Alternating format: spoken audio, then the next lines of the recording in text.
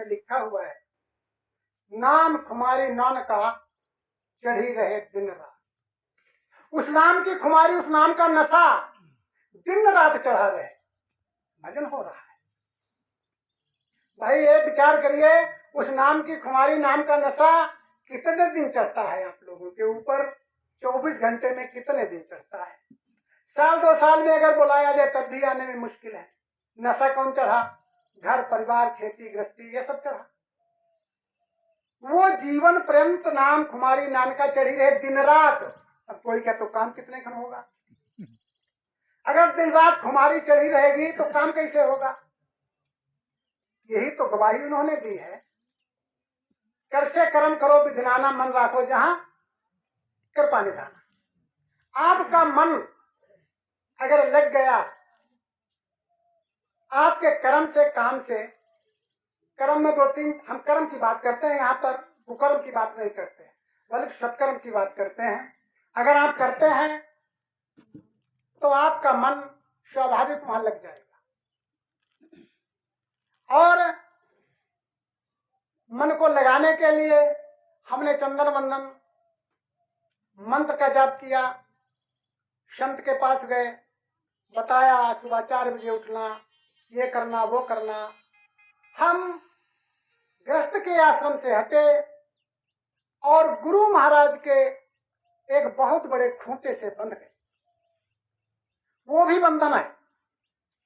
Jail हथकड़ी हमारे चाहे लोहे की हो, चाहे हथकड़ी सोने की हो, लेकिन हथकड़ी तो हथकड़ी है। कोई कहेगा नहीं सोने की हथकड़ी है और उसके तो लोहे की हथकड़ी है, उसमें फर्क क्या है? आप तो उसकी पुलिस की कस्टडी में है। इधर का बंधन हटा, सोने की हथकड़ी, गुरु की हथकड़ी में हम फंस गए। और कितना फंस गए? उन्होंने तो ये कह दिया कि जितना पैदा करो 10वांश हमको दे दो। क्यों भाई? आपका 10वांश क्या है?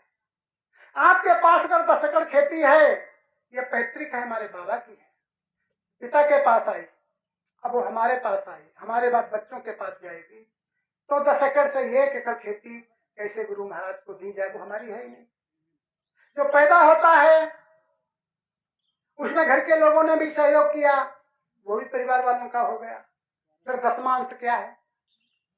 आप ही लोग कहते हैं ये तन विष की बेलरी, गुरु अमृत की खान, और शीश दिए पर गुरु मिले तो भी सस्ता जा। ये जो 10वांश है, जहाँ पर कंठ पर कंठी पहरा दी जाती है, शरीर का यही 10वांश है। ये गुरु के चरणों में अर्पण कर देना चाहिए। जितनी भी बुराई है यहाँ से शुरू होती है। ये जब गुरु के चरणों में अर्पण कर देंगे और कोई उसी स्थिति में पहुंच जाए कि किसी संत ने लिखा है ये तन विष की बेलरी, गुरु अमृत की खान, और शीश दिए पर गुरु मिले तो, शीश दिए पर गुरु मिले तो भी सस्ता जान। कोई इस पर आ जाए, अपने विवेक को न लगाए, उठाए छुरी, गर्दन को काट दे, तो क्या होगा? ये भाव नहीं है। गुरु को अर्पण कर देना चाहिए 10वां, यही 10वांश है। यहाँ से 9 भाग नीचे है बराबर, ये 10वां भाग है, गुरु को दे देना चाहिए। जब हमने गुरु को ये भाग दे दिया, 10वांश दे दिया, सिर दे दिया, तो भाई पाप कर्म कैसे लगेंगे? जब गुरु के कान हो गए, ये तो गुरु का हो गया, तो उसमें गलत कैसे सुनेंगे? आंखें गुरु की हो गई, कैसे हम गलत देखेंगे? मुंह गुरु का हो गया, कैसे गलत बोलेंगे, कैसे गलत खान पान करेंगे? आपका सुधार हो जाएगा।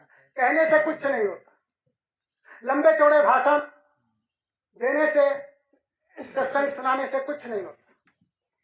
चावल का मात्र एक चावल बटुइया में जो पकता है ना, उसको माताएं बहनें टटोल देती हैं, पूरी बटुइया का जो है था ले लेती है, सब नहीं देखे जाते।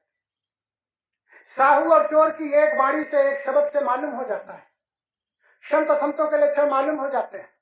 हम तो ये कहते हैं कि मनुष्य कोई बात करे तो उसके पिता के भी संस्कार मालूम हो जाते हैं, ये किस घराने का है, कैसे ऐसे घर में संस्कार है, ये भी उसकी बात से मालूम हो जाता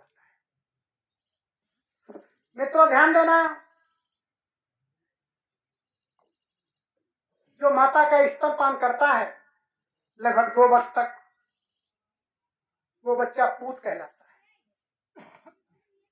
उसके बाद में जो घर के संस्कार बढ़िया पड़ते हैं तो वही बच्चा सपूत बनता है। सपूत के लक्षण सबको मालूम है।